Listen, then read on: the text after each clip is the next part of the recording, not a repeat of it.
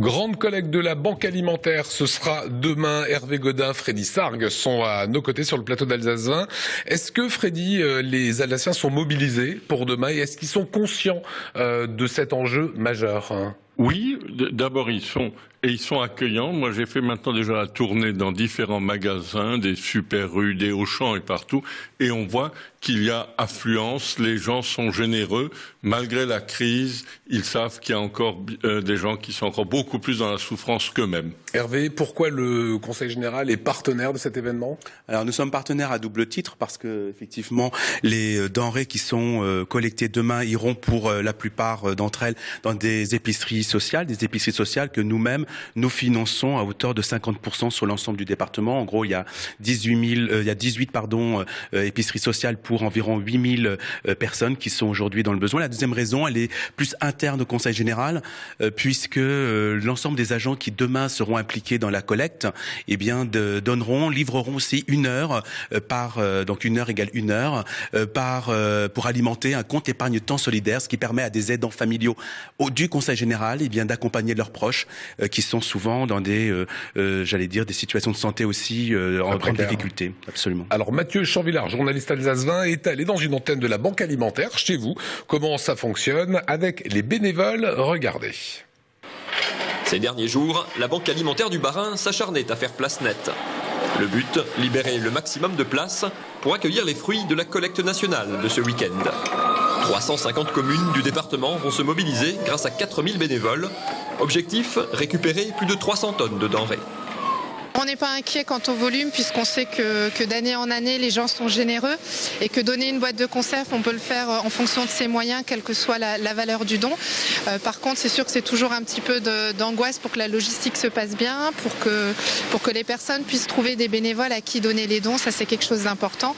Un défi qui exige une organisation et une logistique quasi professionnelle pour collecter et traiter efficacement les dons. Alors c'est un challenge parce qu'on en a besoin, surtout à cette période où les entrepôts sont vides.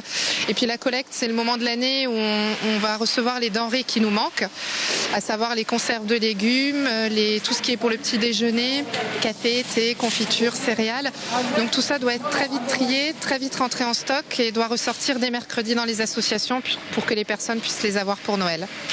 La Banque Alimentaire ne redistribue pas elle-même les denrées, mais fournit 87 associations sur l'ensemble du département, soit 15 000 bénéficiaires au final.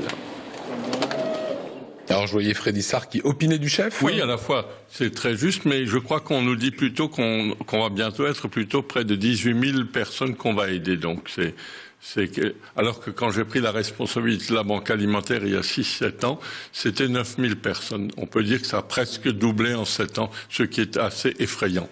Alors vous récoltez environ 300 tonnes de denrées pendant cette collecte. Oui. Comment on les gère et où est-ce qu'elles vont? Eh bien, écoutez, elles vont dans nos entrepôts, ils sont assez grands à la plaine des bouchers, et puis ensuite, c'est au kilo près, c'est géré. Ça, on peut dire, on a même une fois eu un contrôle européen, et sur 15 jours, les contrôleurs étaient là pendant 15 jours, et je crois qu'il y avait un différentiel de 2 kilos entre ce qu'ils ont vu et ce qu'il y a. Donc non, je crois que c'est bien géré. Moi, je rends hommage aux salariés et aux bénévoles, et nous avons quelque chose comme régulièrement 50 bénévoles qui travaillent à la Banque Alimentaire. Alors justement, comment est-ce que on a mobilisé les personnels du Conseil Général du Bas-Rhin? Regardez ce petit spot, c'est parti. Samedi 29 novembre, près de 300 agents du Conseil Général du Bas-Rhin donnent bénévolement de leur temps pour la collecte de la Banque Alimentaire. Tous solidaires avec le Conseil Général et la Banque Alimentaire, alors retrouvez-nous dès samedi au U-Express de Villers.